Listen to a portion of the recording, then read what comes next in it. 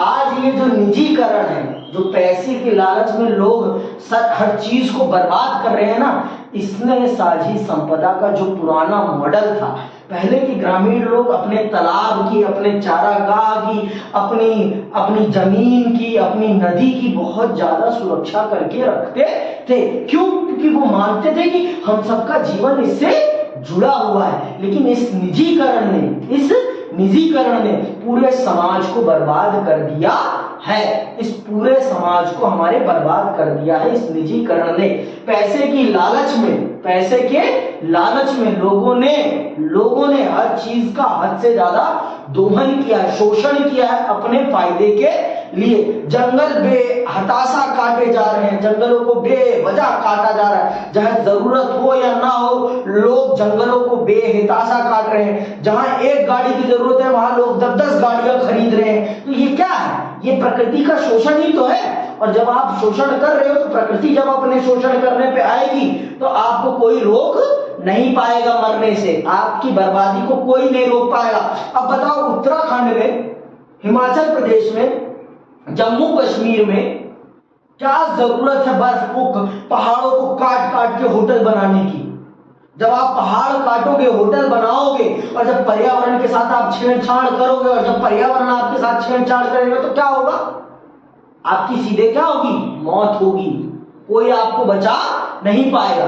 अभी आई थी ना हिमाचल प्रदेश में बाढ़, दिखाई ना उसने अपना प्रकोप कि बेटा औकात में रहो, मुझे मत छेड़ो, मैं तुम्हारी पालनहारक हूं, तुम मेरे पालनहारक नहीं हो। उसने बताया इस बात को कि बेटा औकात में रहो, औकात मत भूलो, तुम मेरे बच्चे हो, मैं तुम्हारी बेटी नहीं हूं, मैं तुम्हारी मां हूं, तुम मेरे बाप नहीं हो।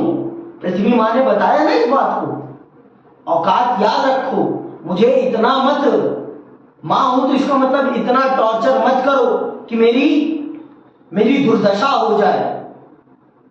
मैं मां हूं, मुझे पता है, मुझे इतना दर्द मत दो कि मेरे आंसू निकल जाए। और अगर मेरे आंसू निकलेंगे तो तुम उस आंसू में क्या हो जाओगे? बह जाओगे बेटा। मां प्रकृति ने बताया ना।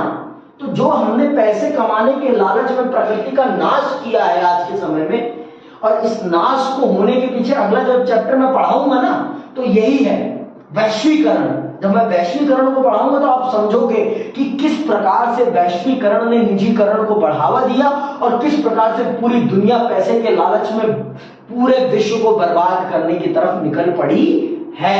आप देखोगे इस बात को, आप बखूबी समझोगे इस बात को कि किस प्रकार से पूंजीवाद ने पूरी दुनिया को बर्बाद किया है।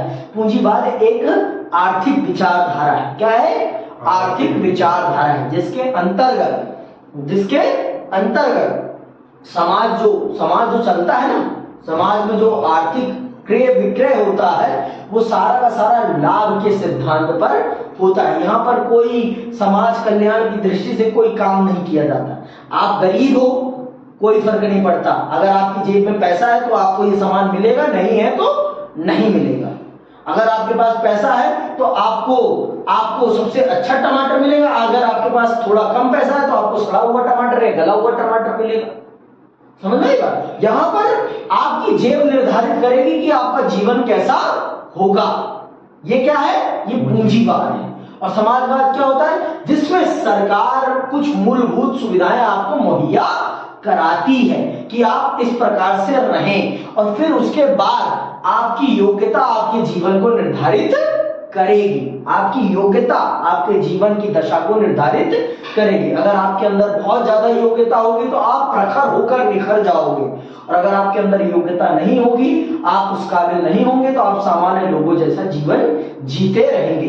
लेकिन जो ये पूंजीवाद होता है, पूंजीवाद में जिसकी जेब में पैसा होता है वो बाप होता है, और जिसकी जेब में पैसा नहीं होता वो नाली का कीड़ा होता है। ये है पूंजीवाद का सीधा साधा सिद्धांत। अगर आपकी जेब में पैसा है तो दुनिया बोलेगी हाँ भाई जतिन तू कैसा है, और आपकी जेब में पैसा नहीं है तो दुनिया बोलेगी तू भाई कौन है।